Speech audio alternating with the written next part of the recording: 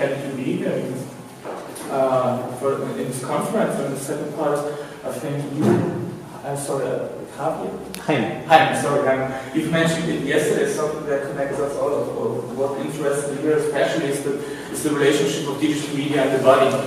Something in my field, media theory or German Medienwissenschaft, is something that is not very so often. It's still kind of difficult to elaborate, I would say, an older special media theory or in the relationship of the digital media and the body, which is not completely generated in some philosophical heritage, being developed until it's you know the names that will be dropped in this case.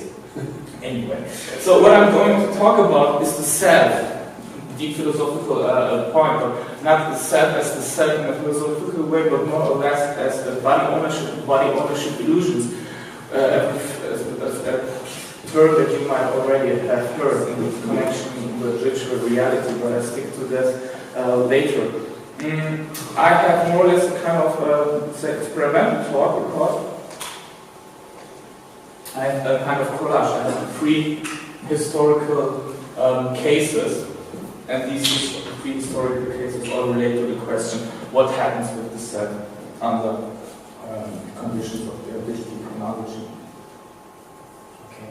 So the first point is I would like to start in the good old 1960s, the era of cybernetics and this mathematical communication model that you have already mentioned yesterday, kind of the discovery, you could say, or the technical discovery of the feedback loop as input and output mechanisms, in a sense, not as something as a causality, but as something of probability.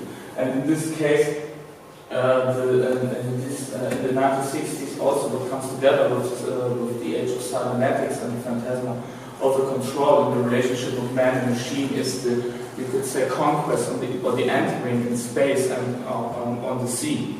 So the question there is, and that's why I come right now to the concept of immersion: how do you immerse bodies in environments that are not meant for, biologically not meant for? I mean, like really in deep sea or in space, which is biologically not possible. So where you have to build the machines in which they can first live from a metabolic point of view and second operate to create something that good old anthropologists would call their culture. Whatever that might be, it's really constructed by techniques.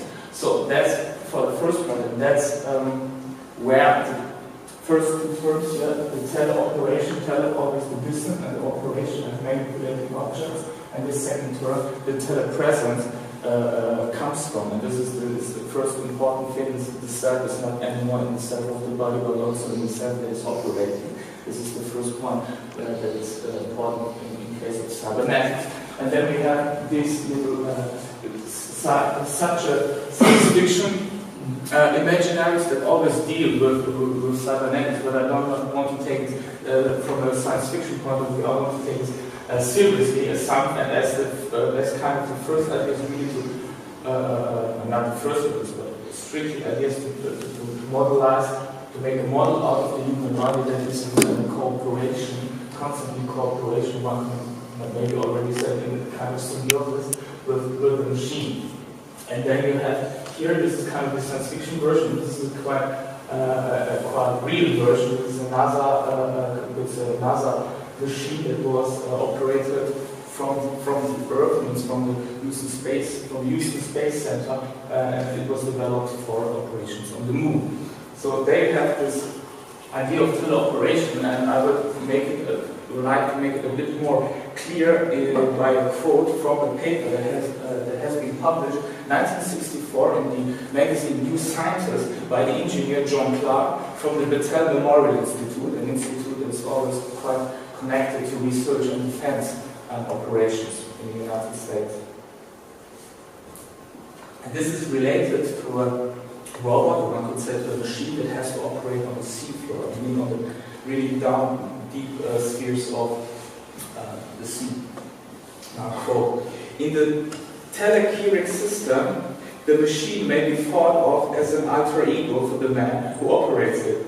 in effect his consciousness is transferred to an invulnerable mechanical body with which he is able to manipulate tools or equipment almost as we were holding them in his own hands.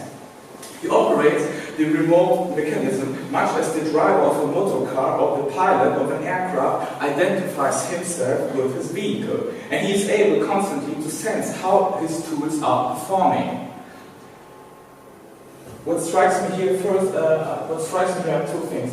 Telehearing is kind of the next acceleration of teleoperation, telepresence. Hearing is from the ancient Greek kera, it's the hand, and the tele is the distance. So the hand that operates in the distance, and much more anthropomorphic emphasis here. And the second thing is the machine as an alter ego, as the other self. And of course, these are the early days of remote control operations, and the relation between the data acquisition and the command is much like a two-way input and output structure. But the semantics of identification and alter ego, although well known from the impact of fictional stories, points to the affordance of extending the corporal onto the outside world. And I do not mean that in a sense of classical prosthetics, but more in the question of how the self is described in the symbiosis of haptic, kinesthetic, and visual feedback loops. If the body seems always to be this intrinsic something for the other and the center of my intimity, then in the case of John Clark, we have, at the beginning of remote control techniques, the case of a blurring of these philosophical fortresses. Therefore, I would like to elaborate in the next minutes on this following question. How does our conception of a body self or a body localizable self change under its technical conditions, in this case under the conditions of digital environments? And this leads me again to the term of immersion. A term that is very, I would say, diverse and bright in its heterogeneity means that it appears in several fields, meaning language techniques, where you can say you emerge into a foreign country if you have not learned this language, and you learn it by just being there, just being thrown into this not hostile but alien environment. But to name three classical definitions, we have here from the Latin immersio, which means diving, plunging of bodies into the water, and I think we have seen yesterday in the keynote that this is kind of special experience. First of all, because we lose something like the floor, and we lose this classical sense of gravity, which is important there. And then, in the second meaning, in the Latin verb immergere, it can also mean to submerge into something, which is kind of being not, where you can say that you involve that much into an environment that you disappear. That will be something that comes closest to this metaphorical use of immersion, which we can see often in the description of heavy gamers in some critical approaches of game studies, when they say that people have immersed into a computer or a game environment. That would be also this kind of submersion. But and the third point is to say that is something that appears very rarely also in the Roman times, but that means also to nest somewhere. And I would like to stick to this last definition a bit. It means immersion as nesting in alien environments. And this comes together with the next one I would like to come to, which is my second case, which is the virtual reality. So we are right now in the 1990s, and I don't know, maybe most of you, but I do not know if everybody will remember this great emphasis, this great hype around the possibilities of virtual reality, and losing this body, gaining experience with new bodies and facts like that. And I think, especially for me, from a media theory or media, looking at the history of media, I have always the impression that right now within the Quish's complete degree are in a new era of digital environments, and this virtual reality stuff is kind of this old, transcendent, let's not talk about it, it was kind of shameful. Yeah? We have experienced it, but come on, let's get on. But I would really like to come back to this term of immersion and the relation of immersion and the body and the self in virtual environments.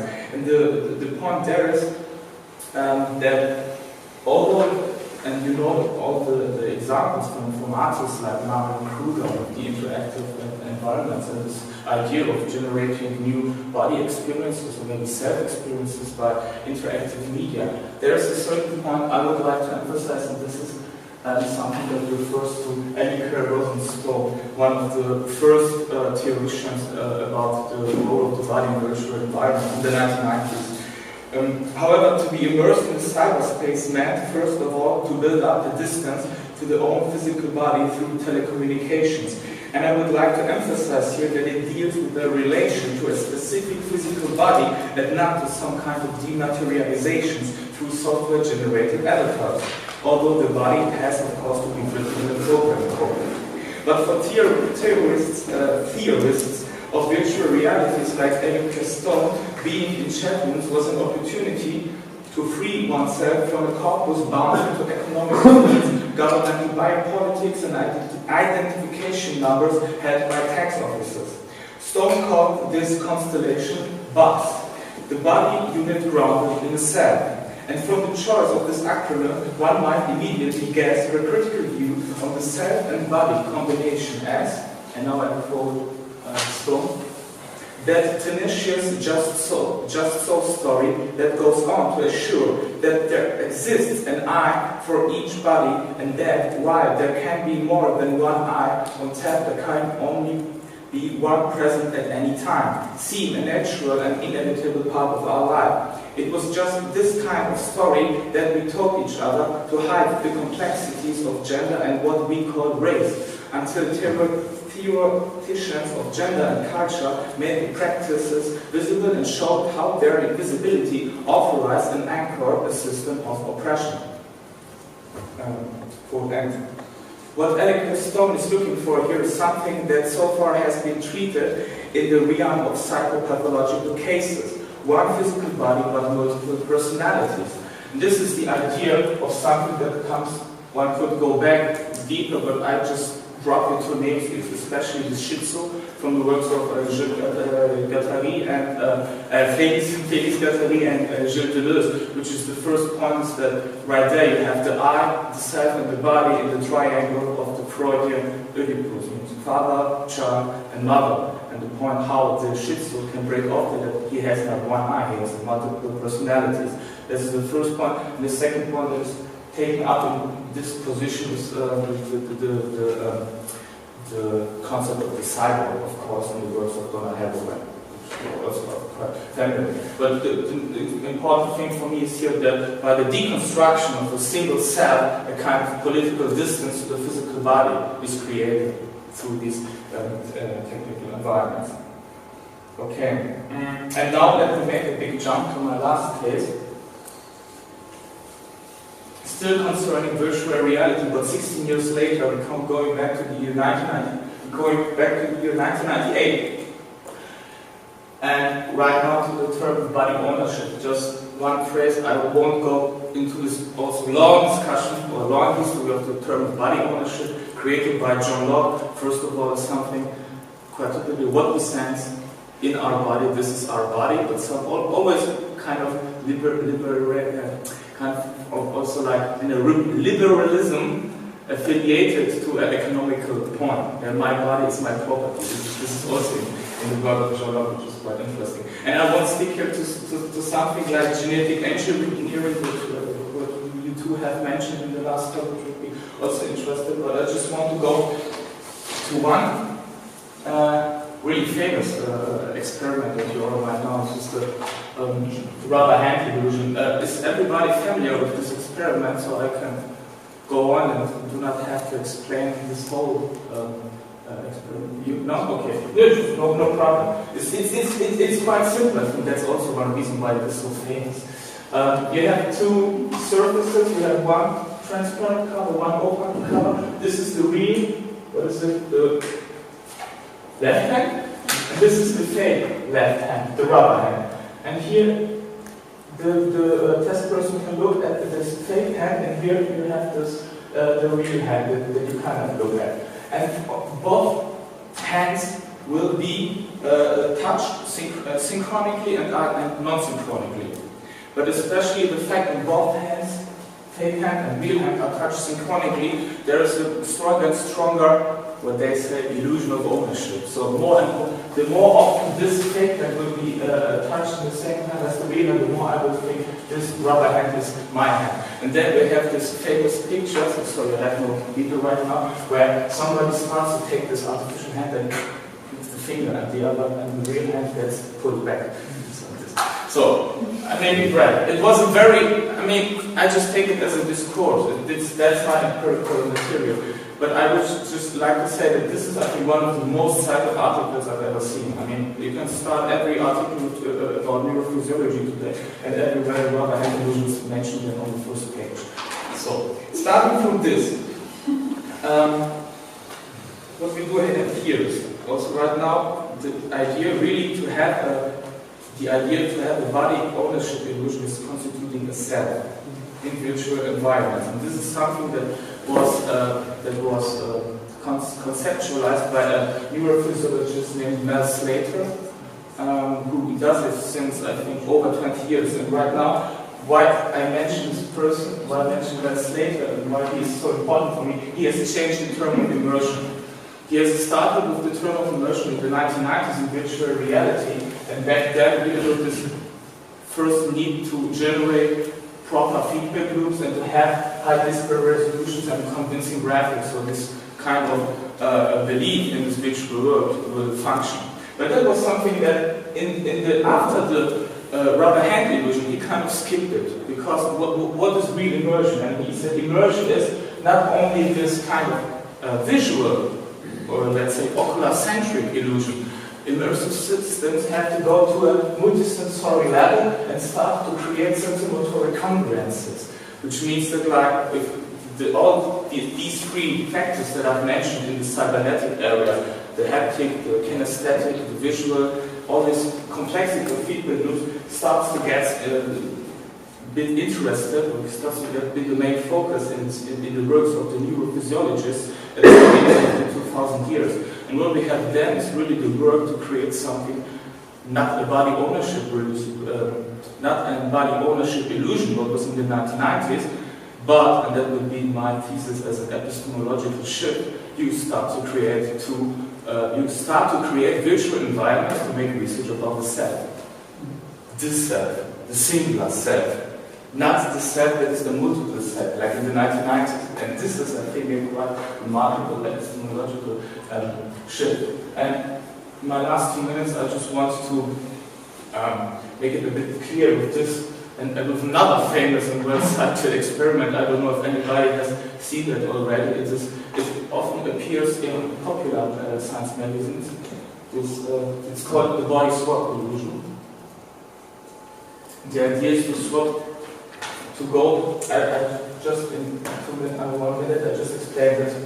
You have here this mannequin, and you have here two cameras that film this part of the chest and down to earth. And you have here this head mounted display, and both images for left and right eye are projected in this HMP, so that you have there a stereoscopic view. And what she does is kind of stroking the abdomen of the mannequin and of the like in the rubber hand illusion synchronically. And what will be after that is that the persons have said that they have seen the body of the mannequin but felt that their own body was the body of the mannequin. And this is the swap. This is the first part of the swap. There are another swaps. There are also the swap that the test person looks at the body of the experimenter, and the same thing happens, and it still thinks that the body of the experimenter is its own body. That is this kind of second swap. So this is just what I would like to, because time runs out, point in this last case, and I call it something like this hybrid corporal reality, and I just would like to make in the last seconds the point as following for this experiment made by the two neuroscientists Petkova and Henrik Essen from the Swedish university. This technique of a co-alignment of the body and the self comes close again to James Gibson's ecological approach and his explanation of the non-visual self-information. Proprioception Proprioception, for James, is not a single nerve channel fed by the proprioceptors to raise a signal in the body as a self-information, but a coexistence of the primary optical information of the cell and the environment. This explanation brings the question of a sense of body ownership to the foreground as something that can be simulated through immersion in virtual environments, and that researchers use to show that the self is not a self. Matt Slater, for example, distinguishes quite analogically to Sean Gallagher in this case between sense of body ownership, sense of body location, and the sense of agency. Thus, one could sum up this in this following point, and I would like to make my conclusion with this quote from James Gibson, Ecological Approach. An affordance cuts across the dichotomy of subjective, objective, and helps us to understand its inadequacy. It is equally a fact of the environment and a fact of behavior. It is both physical and psychical, yet neither. An affordance points both ways, to the environment and to the observer. My conclusion, 3 points and then upgrade. It's not by hazard that I finished with James Gibson, a man who developed his theory of perception during the Second World War with psychological tests of pilots, whose bodies had immersed constantly into high-speed and high-air environments. This means for me that the question of the location of the body itself is deeply interwoven with the techniques surrounding the body, as well as with the techniques transducing the corporal signals into the technical infrastructure. The anthropomorphic robot on the seafloor is therefore more than a reminiscence of the novels of Jules Verne, but the phenomenon of the immersed body teleoperating bodies, therefore pluralizing the concept of the body through the mechanism of controlled cybernetics. And today, the virtual reality is not a spectacular world anymore, but a world through many technologically mediated environments that have turned the body ownership illusion from a field of political resistance and potential of transcendence to a field where knowledge about the body's ability to sense and locate him or herself is generated, with the ambition of a standardized treatment of body perceptions, whether virtual or real. Thank you for attention. Of environments and creation of the self.